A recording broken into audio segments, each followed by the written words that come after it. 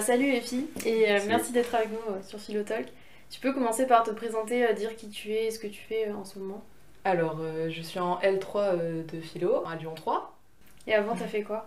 Alors avant, j'ai fait une prépa littéraire, Cagne et Hippocagne, à Toulon, à Dumont-Durville, comme moi. toi. Et avant ça, t'étais en terminale L ou pas? Ouais. Et j'ai bien aimé, mais à la base, je voulais faire S. Et en fait, finalement, mes notes de maths... Et c'est Ouais. en terminale que t'as découvert la philo ou tu connaissais déjà avant? Non, ouais, j'ai vraiment découvert en terminale et ma prof était vraiment super intéressante. Bah, c'est elle qui m'a donné envie, je pense, mais j'en avais pas conscience déjà directement. En fait, je suis allée en prépa parce que je me suis dit que j'étais pas sûre.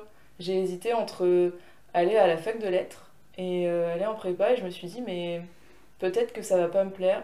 Du coup, j'ai préféré faire la prépa. Et heureusement que je suis pas allée en fac de lettres. Ah oui? Ah ouais, en prépa Pourquoi? j'ai détesté le français. Ah d'accord. J'ai détesté le français, vraiment horrible. Ouais, et Mm. par contre la philo, j'aimais bien et je me suis dit ouais, philo du coup c'est le mieux. Histoire ça me prenait la tête. Du coup, Ta prépa, globalement, ça s'est bien passé? T'en gardes un bon souvenir ou ça a été des années bah difficiles? je me suis pas pris la tête avec les notes et tout et enfin, je mettais pas la pression en fait donc ouais ça s'est pas trop mal passé. T'as pris les bons côtés, quoi. Ouais voilà. Mais tu visais certains concours, que ça soit l'ENS ou d'autres concours ou pas Pas trop? spécialement, je travaillais comme je pouvais, le plus possible, le mieux que je pouvais, mais voilà, après je voyais bien que ça... Enfin, j'aurais peut-être pu travailler encore plus et faire quelque chose de mieux, mais bon. Ouais, j'avais pas envie de m'enfoncer dans mes cours et de faire plus que ça, quoi. Enfin, tu lisais beaucoup de philo de ton côté, à côté de la Bah, prépa? en prépa, j'ai lu beaucoup Camus. Ah si, j'ai lu Kant sur les extraterrestres. Je me disais, enfin, je me concentre quand même sur la prépa. Et après, de toute façon, justement, je vais à la fac de philo et je pourrais faire que ça et c'est cool. Donc tu savais déjà que t'allais aller à la fac? Ouais, en Cagne, Ouais. ouais. L'aspect philo en prépa, c'était comment? Est-ce que t'as bien aimé le fait d'avoir des thèmes comme ça sur lesquels travailler? Ouais, du coup, c'était l'espace et le sacré Mhm. pour nous. Le sacré, j'avais bien aimé, mais c'est vrai que j'aurais aimé voir plus de thèmes. Tu penses que tu préfères la philo telle qu'elle est, telle que tu étudies en prépa ou la fac, ça te correspond mieux? Ouais, je préfère la fac parce que du coup, on voit plein de choses. Tu De regrettes voir- pas de pas être allé à la fac dès le début? Non, parce que ça m'a permis d'avoir des connaissances sur d'autres sujets. Même la géo, j'aimais bien finalement. Ouais, puis ça m'a permis de faire. Bah là, il y a par exemple à Lyon 3, il n'y a pas italien. Et en prépa, j'ai pu faire un bon niveau quoi, l'italien. Et donc c'est bien, enfin, ça m'a permis de faire plus de choses. Comment ça s'est passé ton arrivée en licence après avoir fait 2 années de prépa? Bah bien, sauf pour certaines matières qu'on n'avait jamais faites. La logique, je sais Mhm. pas si t'en as fait. Ouais, j'en ai fait. Mais à la fin de la prépa, Monsieur Ayash nous avait un peu fait un petit cours d'introduction à la logique. Ouais, après j'ai réussi à rattraper assez rapidement. C'est vrai que bon, ça fait un peu bizarre. Et le latin obligatoire à recommencer là. En fait, si tu fais de l'allemand, tu peux ne pas faire de latin. Et sinon, t'es obligé. Donc, j'ai pas fait d'allemand. Je préfère faire du latin que de l'allemand. Enfin, Et anglais, tu pouvais pas choisir? bah si, mais c'est ma LV1 du coup. Ah oui, d'accord, tu dois choisir une Ouais. LV1 plus une LV2. Plus une langue ancienne, ouais. Et enfin, c'est à cause de l'agrégation, parce que c'est les langues de l'agrégation, genre le latin. Oui, bah, c'est pour nous donner le choix, mais je trouve ça bizarre qu'il n'y ait pas italien et espagnol parce qu'il Ouais. y a ces Il y a langues-là. italien, mais il n'y a pas espagnol, mais Ah il ouais? y a italien à l'agrég, ouais. Ok. Toi, tu comptes passer les concours du CAPES ou de Ouais. l'agrég? Ouais, je pense que oui, enfin, même c'est sûr. Parce Mhm. que je me dis, même si je fais pas ça comme métier, au moins ça me fait quelque chose, un secours, quoi.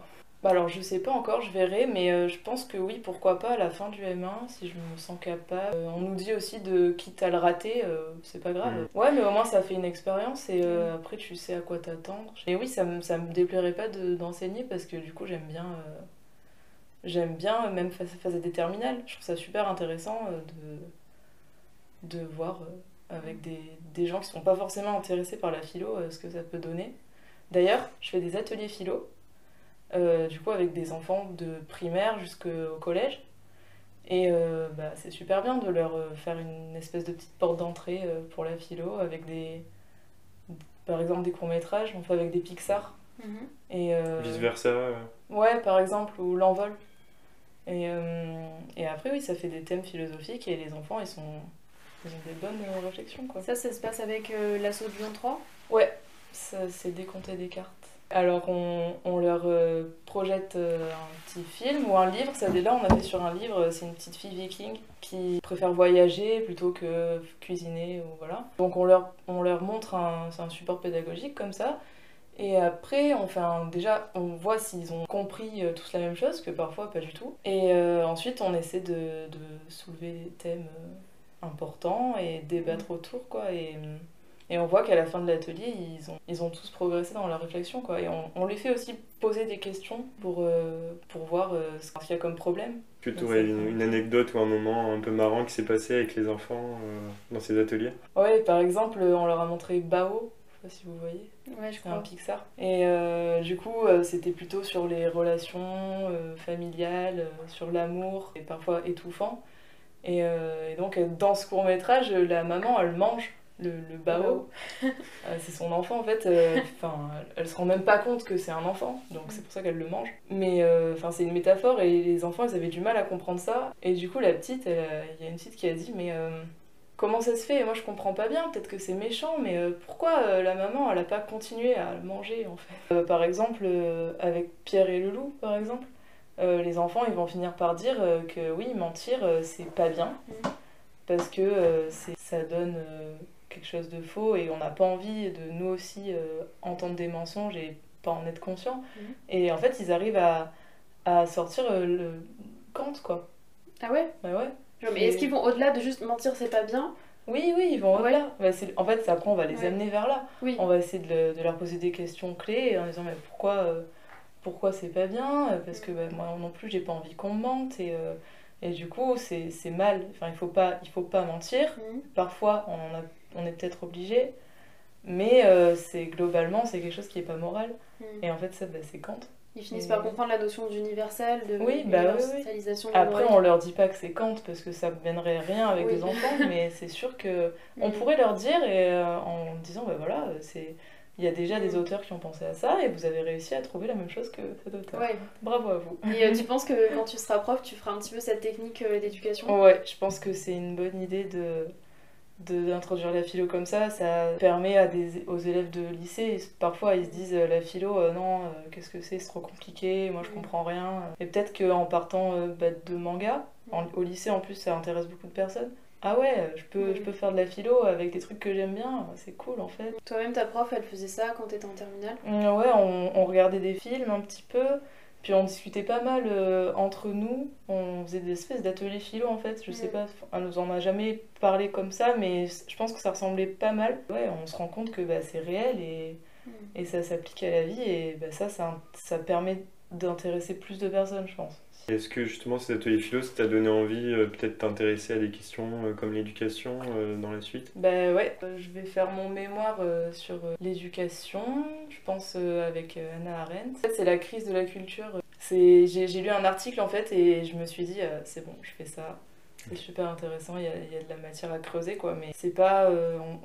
quand on pense à Hannah Arendt, on pense pas immédiatement à l'éducation, je pense. Mais finalement, il y a beaucoup de choses et il n'y a pas que elle. Et peut-être que je vais faire thématique. Enfin, je vais prendre l'éducation et je vais voir différents points de vue. On peut faire ça aussi.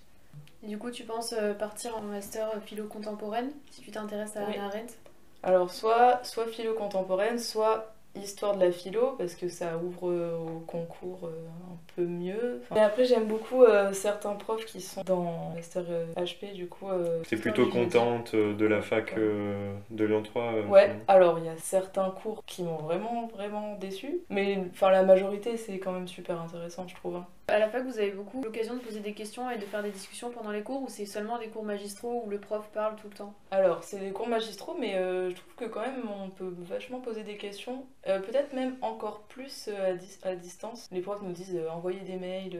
Donc après, ça dépend un petit peu des profs, mais globalement, j'ai l'impression qu'on peut bien leur poser des questions et ils vont nous répondre bien développés. Je dis pas que je lis tout bien en détail, mais ouais, j'essaie de lire les chapitres que les profs nous conseillent déjà. Après, les choses que je préfère, je lis en entier.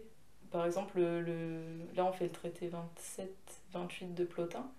J'ai tout lu parce que j'aime bien, même si c'est un peu particulier. J'ai réussi en plus à le lire sans problème assez rapidement. Après, il y a certains trucs, je lis pas tout, mais Après, avec le cours, je pense qu'on peut s'en sortir sans lire, malheureusement, ou je sais pas, ou heureusement. Et toi, tu préfères quand même lire parce que t'as un vrai intérêt pour les textes? Bah, en fait, ça permet quand même de comprendre mieux ce qui est raconté dans le cours parfois. Pas toujours, mais ouais. Et puis, en fait, je trouve que c'est bien de lire après avoir fini le cours. Comme ça, on comprend mieux directement ce qu'on lit. Oui. Parce que si on lit avant le cours, bah, peut-être qu'on sera en avance sur le cours parce qu'on aura compris certaines choses. Mais c'est pas sûr, parce que parfois on comprend rien. On peut lire avant et après le cours et voir la progression, quoi. Souvent, c'est décourageant quand tu ouvres un livre de philo et que t'as pas eu de cours dessus et on comprend rien du tout. Ouais. Ça t'est déjà arrivé d'être un peu découragé par rapport à tes études et de te dire pourquoi je me suis engagée là-dedans? Non, ça va. Les cours t'ont toujours en fait aidé à lire ce que t'avais envie de lire. Oui. Est-ce que tu t'intéresses à d'autres champs artistiques? Ouais, bah avec du coup la culture pop, mais avec les mangas aussi, beaucoup. J'ai une chaîne YouTube aussi où j'essaie de parler de philo avec des mangas ou des films ou des dessins animés d'ailleurs. Et ouais, on voit qu'il y a beaucoup de thèmes philosophiques à l'intérieur de ce genre de livres et de films. C'est intéressant, quoi. Comment ça t'est venu l'idée de faire cette chaîne YouTube? Avec les mangas, en fait. Parce que j'ai commencé à regarder pas mal de mangas et je me suis dit, mais là, c'est pas possible, c'est mon cours que je viens de faire tout à l'heure. Non, mais c'est pas possible, là, c'est une citation d'Aristote. Et ouais, et il y a tellement de liens que je me suis dit, il faut en faire quelque chose, quoi. Et il y a plein de gens qui se disent ça et ça commence à être... ça se démocratise un peu, ce champ d'études, là. Oui, alors que c'est des choses qui sont pas forcément étudiées par la philosophie de base. Et là, tu as vu qu'il y avait beaucoup de choses à en tirer. Oui, il y a vraiment beaucoup de... Mais en fait, parfois, je me demande, est-ce que c'est des inspirations conscientes ou pas? Je pense que c'est quand même, pour la plupart, c'est conscient, parce que c'est pas possible d'aller si loin. Par exemple, le manga que tu as trouvé le plus intéressant pour la réflexion, c'était lequel? Tu peux nous en parler de un petit peu? Tous, ils sont vraiment tous intéressants, mais ouais, ce qui est assez impressionnant, c'est dans Death Note, c'est vraiment deux idées de la justice. Par exemple, il faut tuer tous les criminels, c'est ce qui se passe dans le manga, et pour avoir un monde en paix, en fait. Et ça, c'est des réflexions philosophiques qu'on retrouve chez plein d'auteurs. C'est quoi l'autre idée de la justice? Bah, que plutôt qu'il faut mettre en prison, ou qu'il faut respecter la loi, l'État. Par rapport à ça, t'as fait une vidéo où tu expliques bien tout le sujet, donc je la mettrai dans la barre d'infos s'il y a des gens que ça intéresse. Mais en tout cas, est-ce que tu penses que les vidéos que tu fais, ce travail, mais plus généralement ton association dans laquelle tu participes, est-ce que ça peut aider à une démocratisation de la philo et l'ouvrir à un public plus large? Oui, bah c'est sûr, c'est un peu le but. Ça permet aux gens qui ont même jamais fait de philo. Je connais plein de personnes qui n'ont pas fait de philo et qui se disent ah bah, c'est dommage, moi j'aurais bien voulu voir ce que c'était et tout. Et ça permet d'en faire sans trop se tomber dans des précisions d'auteur et des choses trop compliquées.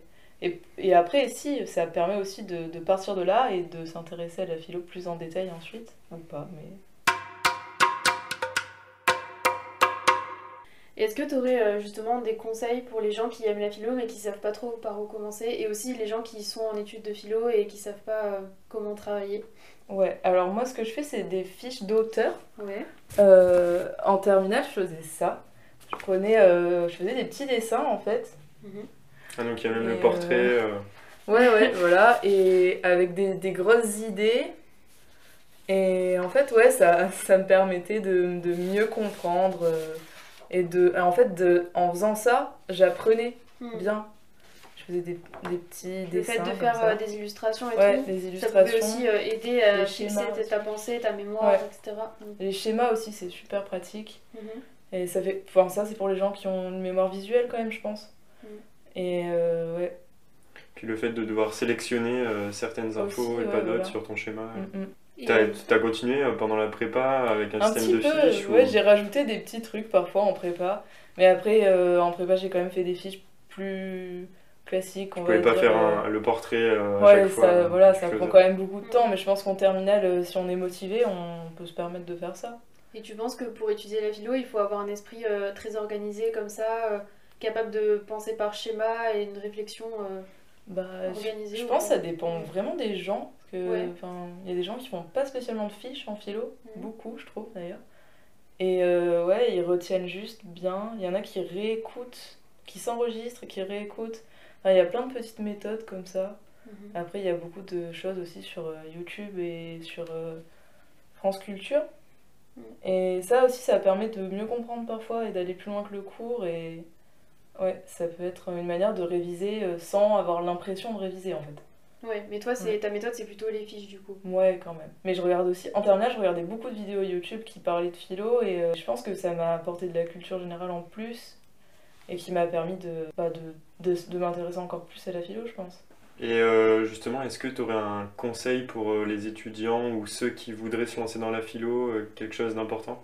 Ouais, bah moi je pense qu'il faut être assez intéressé par le sujet quand même. Il faut vraiment être sûr d'être intéressé par même des domaines assez différents quoi.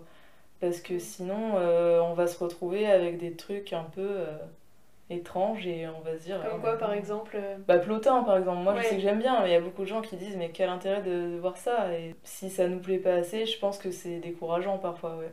Mais après oui, si on est pas obligé d'aimer tous les domaines de la philo, moi il y a par exemple l'épistémologie, j'aime pas ça, la logique non plus, pas vraiment quoi, et c'est pas grave.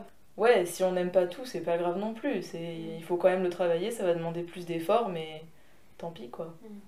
Ou pour revenir à Plotin, il y a peut-être des choses dont le contenu ne nous parle pas forcément, mais on peut apprécier aussi, le cheminement intellectuel de l'auteur. Il y a des trucs qui c'est très abstrait sur la réincarnation des âmes, tout ça. Bon, bah, parfois on se dit, ok, bah, c'est juste du délire.